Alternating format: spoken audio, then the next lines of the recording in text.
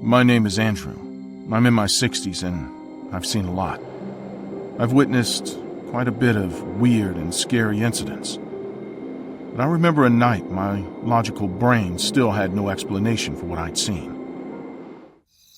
It was during the late 80s.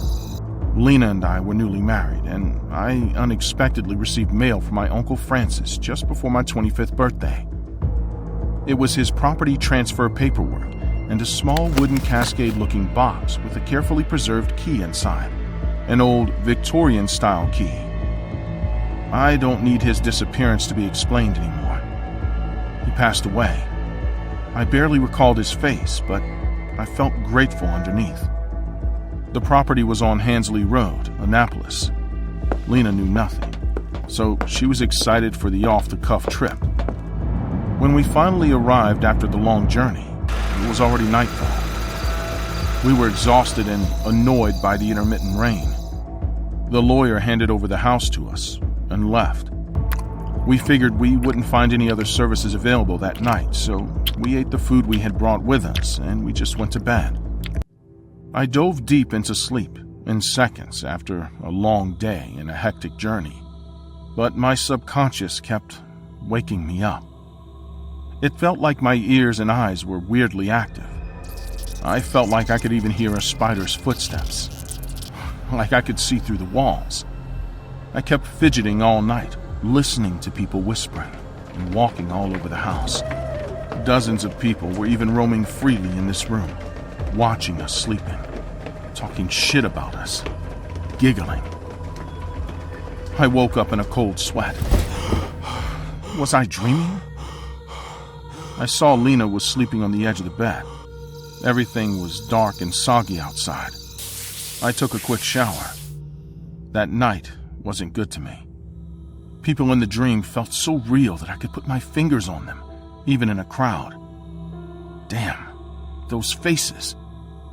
When I went outside, I saw that Lena had gotten out of bed.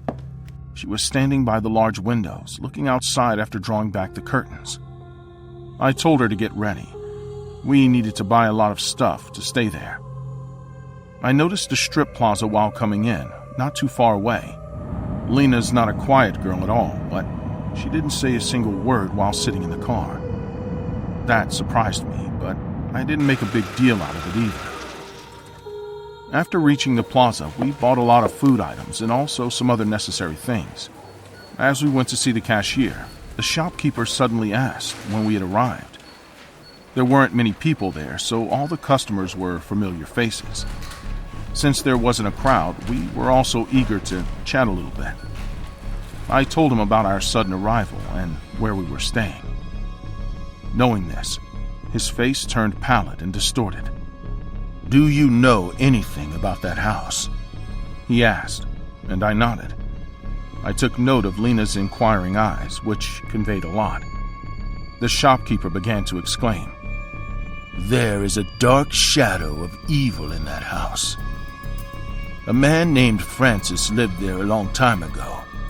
Then he just up and abruptly left. Nobody saw him leave or escape, and his body was never found.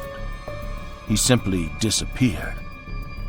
After that, some people rented the house, but after a few days, they fled, abandoning the property.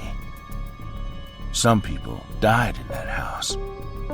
I asked the man, "Did you know Francis?" The man stammered, struggling to say anything. We finished paying our bill and we left. When we came out, it was drizzling outside.